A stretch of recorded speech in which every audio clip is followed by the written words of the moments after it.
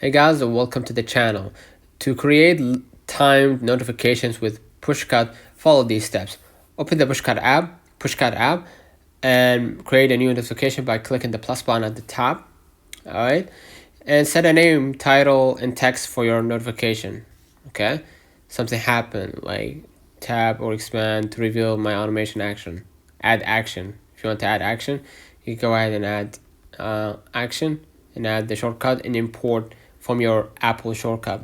Right, scroll a little bit down. You're gonna see right here will be shown when notification expanded.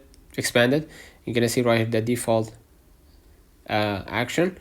If you want to enter the label, the shortcut, and input for shortcut, and if you want any help, you can just go ahead and see the common questions and the sounds right here for the notification. Image, if you want to add image, and time sensitive if you want to turn on the time sensitive. All right, you can scroll a little bit down and add local trigger, meaning that you're gonna add your location so they can have access to basically to your local time zone.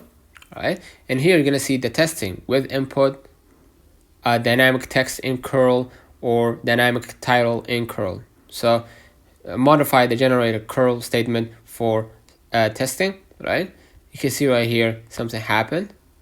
Right, you can see right here actions, and I'm gonna add right here keep notifications. Go back.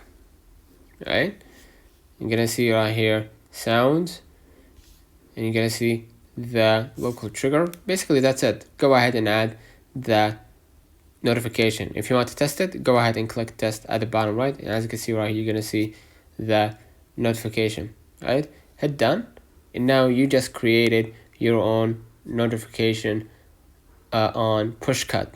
Right, so that's one of the comments. If this video helped you, don't forget to like and subscribe, turn on the notification bell to receive every video we upload. Thank you for watching. We will definitely see you in the next one.